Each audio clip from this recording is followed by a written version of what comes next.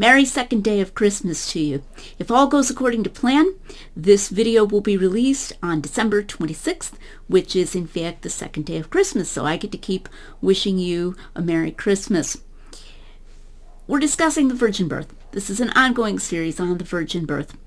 Obviously, the infancy accounts about Jesus in Luke and in Matthew are our strongest evidence for the virgin birth. We'd never think that there had been a virgin birth of Jesus if we didn't have these accounts that supposedly come from close to the time that Jesus lived and that tell us that he was born of a virgin, which is, of course, a miracle.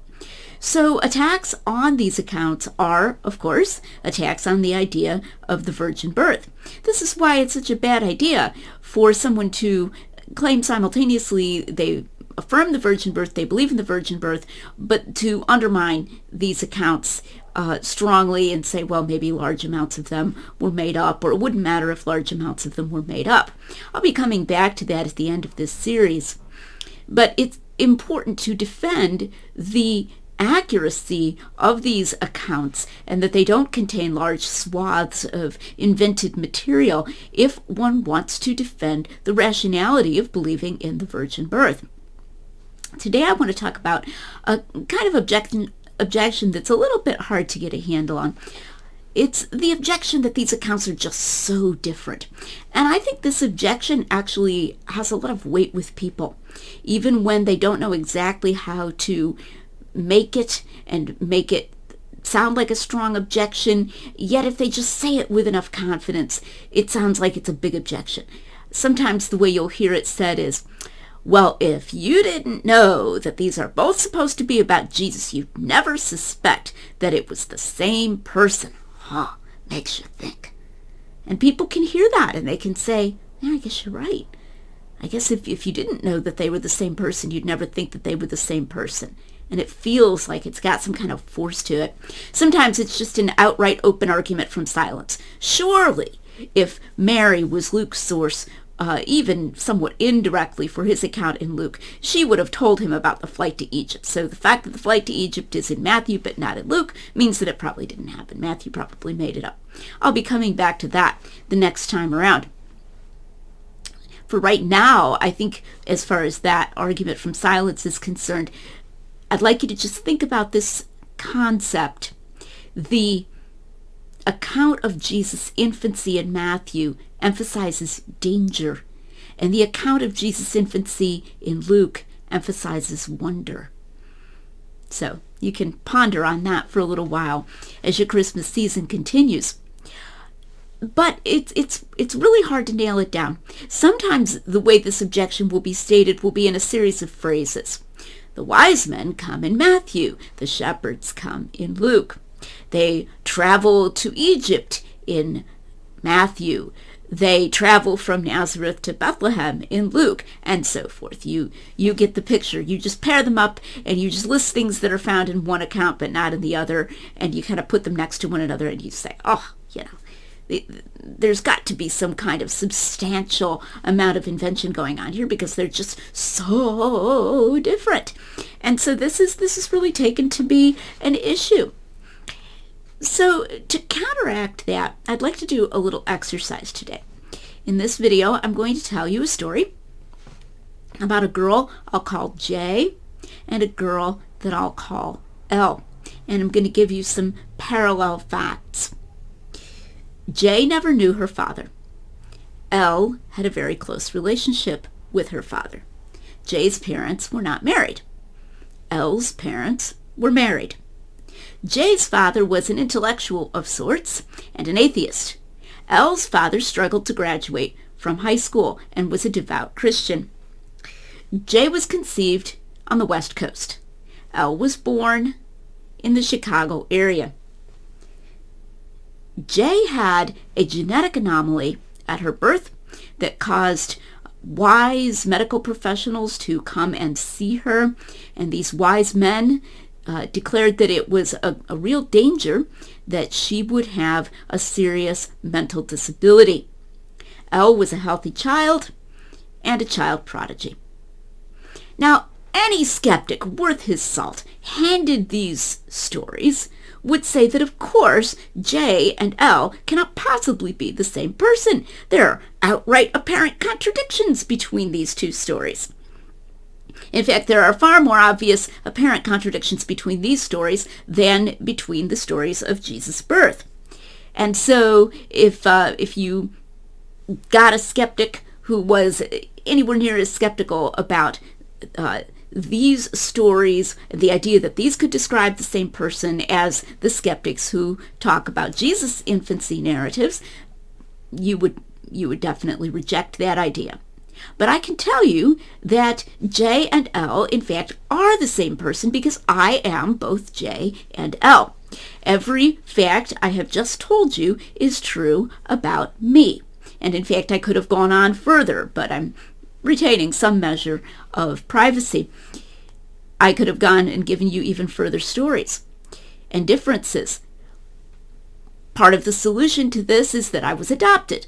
I was adopted when I was only 7 months old. And so these stories, and to believe that they're both the same person, requires you to believe in two completely separate sets of parents who diverge greatly along multiple axes. Also, I really did have a genetic anomaly, and in fact, the medical professionals were wrong twice. They were doubly wrong. First of all, when I was born, they were very worried about me, and they wondered what was going on. Was it something akin to Down syndrome or something like this, because of my skull was misshapen and my face was asymmetrical, and so they actually withheld me from adoption for a while because of these developmental concerns, and then eventually released me for adoption when I seemed to be developing normally. But then they swung over to the other side and they were wrong again, and someone or other told my adoptive parents that I had no genetic problem whatsoever. And so I grew up believing that I didn't.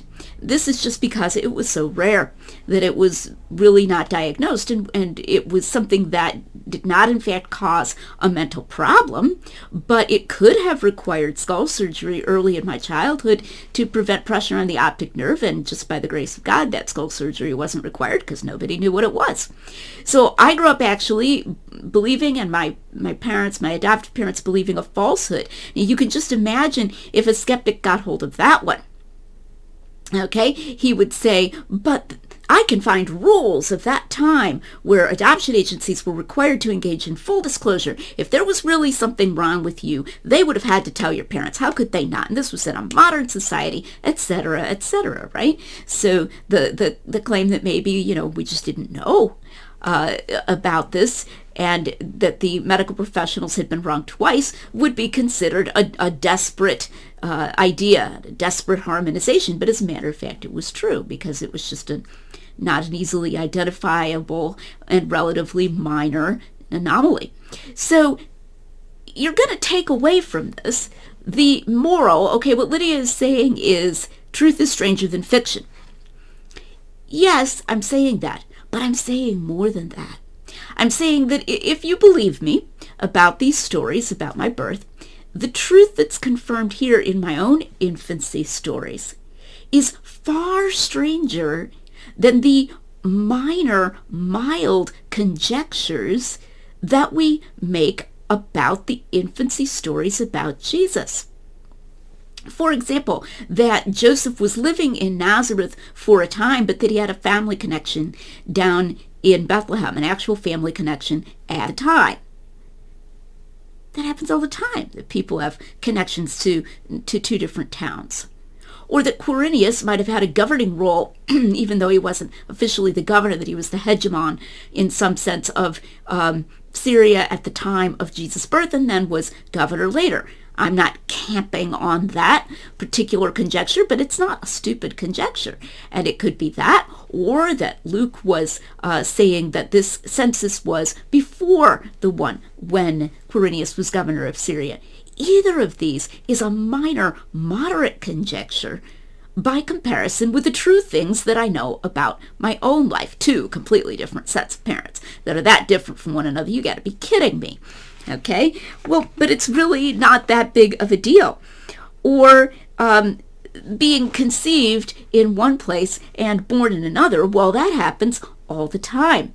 And Nazareth and Bethlehem were a lot closer together than California and Chicago. And even for that day, that was a well-traveled route up and down from Galilee down to the Judean hill country. So it's not just that truth is stranger than fiction. It's that truth is stranger than these historical conjectures that we make when we're evaluating historical or allegedly historical documents like the Gospels. A scholar that gets cited, unfortunately, a good bit concerning the infancy narratives is the late Raymond Brown. Considered to be a Christian scholar. In my recent debate, the atheist Jonathan Pierce mentioned Raymond Brown a couple of times. When Raymond Brown is talking about the idea that the account in Matthew comes from Joseph, perhaps indirectly, and that the account in Luke comes one way or another from Mary, he calls this nothing but a pious deduction. Well, I'm telling you that word pious is nothing but a slur. It has no evidential weight whatsoever. It's just a form of scholarly bullying. What this is a historical conjecture. It's the kind of historical conjecture that we would, or at least should, make instinctively when dealing with source material. Where could they plausibly have gotten their information from?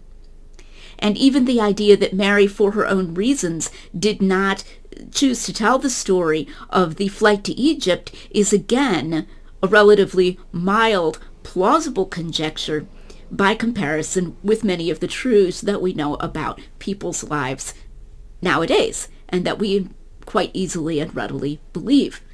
And when you see these things in real life, you get a feel for what I call the texture of history. That texture of history.